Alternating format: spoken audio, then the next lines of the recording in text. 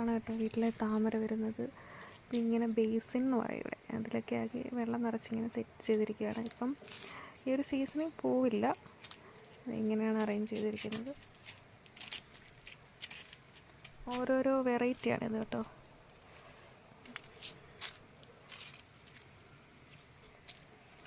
മൊത്തത്തിൽ ഇതാണ് ഒരു ലുക്ക്. ഇത് ടെറസിൻ്റെ മുകളിലായിട്ട് ഇങ്ങനെ സെറ്റ് ചെയ്തിരിക്കുന്നത്.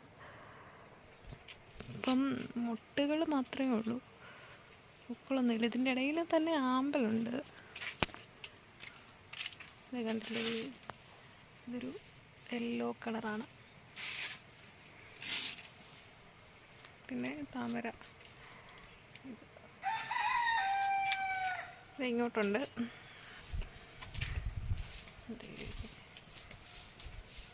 വൈറ്റ് ലോട്ടസ്,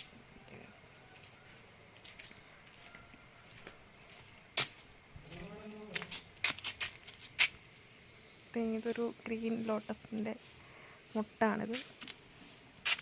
എന്താ ചെറിയ ഗ്രീൻ മുട്ട.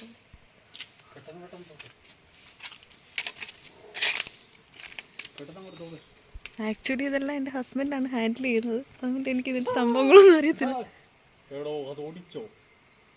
ഞാനത് കെട്ടി വെച്ചേക്കുമായിരുന്നു, സാരമില്ല.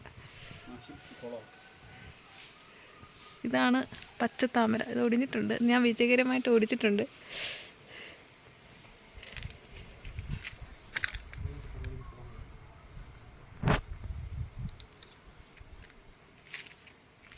ഇതൊരു വൈറ്റ് ലോട്ടസ്. ഇത് വൈറ്റ് ലോട്ടസ് ആണോ? ഇത്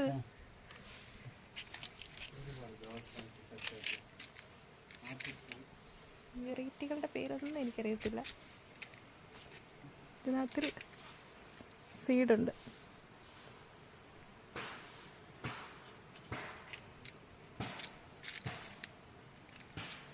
പിന്നെ പല കളറിലുള്ള കടലാസ് പൂവ് ബഡ് ചെയ്ത് വെച്ചിട്ടുണ്ട്. ഇതിങ്ങനെ പോട്ട്സിലായിട്ടും സെറ്റ് ചെയ്യുക. ഇങ്ങനെ സിമ്പിളായിട്ട് നമ്മൾ വീടിൻ്റെ ടെറസിൽ താമരപ്പാടം ഒരുക്കുകയാണ്. ഇതെന്താ സാധനം? ഇത് സ്പ്രേ ആണ്.